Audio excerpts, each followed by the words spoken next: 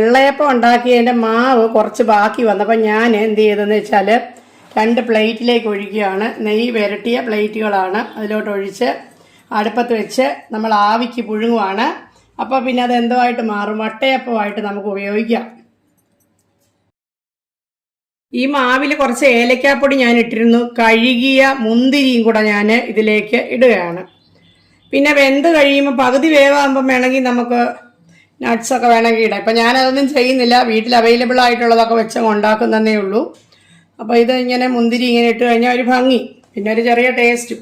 അപ്പോൾ ഇതിനകത്ത് വെള്ളയപ്പത്തിൻ്റെ മാവിൽ ഞാൻ എന്ത് ചേർത്തു? ഇത്തിരി ഏലക്കാപ്പൊടി ചേർത്തു 2. അപ്പോൾ 2 പാത്രത്തിലാക്കി വെച്ച് ഇത് പുഴുങ്ങിയെടുക്കാൻ പോവുക.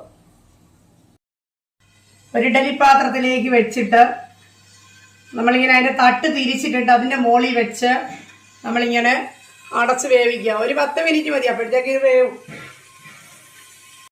ഓട്ടയുള്ള പാത്രം വെച്ചിട്ട് അതിനകത്തോട്ട് ഇത് ഇറക്കി വെച്ചിട്ട് ഇതേപോലെ അടച്ചു വെച്ച് ആവി കയറ്റിയാൽ മതി. ഈ വെള്ളയപ്പത്തിൻ്റെ മാവ് ശരിക്കും ഞാൻ അരച്ചത് പച്ചരി, അതിൻ്റെ കൂടെ കുറച്ച് ചോറ്, നാളികേരം ഒക്കെ ചേർത്ത് അരച്ച് വെച്ച മാവാണ്. വെള്ളയപ്പം ഉണ്ടാക്കി അതിനധികം വന്നപ്പോൾ എനിക്ക് 4 മണി പലഹാരമായിട്ട് അങ്ങ് മാറും ഇങ്ങനെ നമ്മൾ ഉണ്ടാക്കുമ്പോൾ.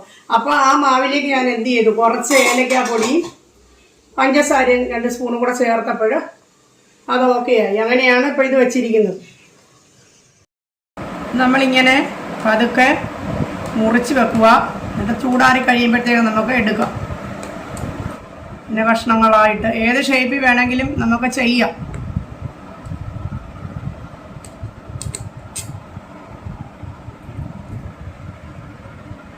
വലിയ കഷ്ണമായിട്ടിരുന്നോട്ടെ. കാപ്പിയുടെ കൂടെ ഒരു കഷ്ണം കഴിക്കുമ്പോൾ വിശപ്പങ്ങ് മാറും 4 മണി പലഹാരമായിട്ട്. പിന്നെ ഈ ചൂട് കാലമല്ലേ, എണ്ണയിൽ വറുത്തതൊന്നും കഴിക്കാതിരിക്കുന്നതാണ് നല്ലത്. അതാ നല്ല ശരീരത്തിൻ്റെ ചൂട് കൂടും അങ്ങനെ ആകുമ്പോഴത്തേക്ക്. പിന്നെ ഇതിങ്ങനെ മുറിക്കുക. ഇത്തിരി വലിപ്പം ഉള്ളതുകൊണ്ട് ഇതിങ്ങനെയും കൂടെ ഒന്ന് നമുക്ക് കട്ട് ചെയ്ത് വെക്കാം.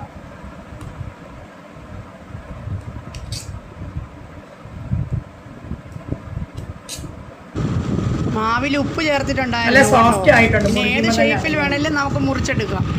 ഒരു കഷ്ണം മുറിച്ചെടുത്ത് നല്ല സോഫ്റ്റ് ആണ്. അങ്ങനെ നമുക്ക് എല്ലാം മുറിച്ചെടുക്കാം.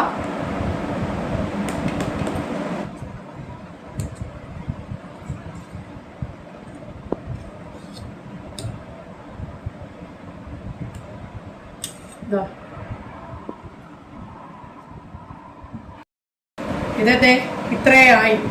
അപ്പോൾ എത്ര കഷ്ണമുണ്ട്? നമുക്ക് വൈകിട്ടത്തേക്ക് ധാരാളം വിരുന്നുകാർ വന്നാലും കൊടുക്കാം. ബേക്കറിയിലൊക്കെ ചെല്ലുമ്പോഴേ ഒരു പീസിന് കൊടുക്കണം, ഇതിൻ്റെ ഒരു കഷ്ണത്തിന് കൊടുക്കണം 15-20 രൂപ. അപ്പോൾ നമ്മുടെ വീട്ടിൽ തന്നെ ഈസി ആയിട്ട് ഉണ്ടാക്കി.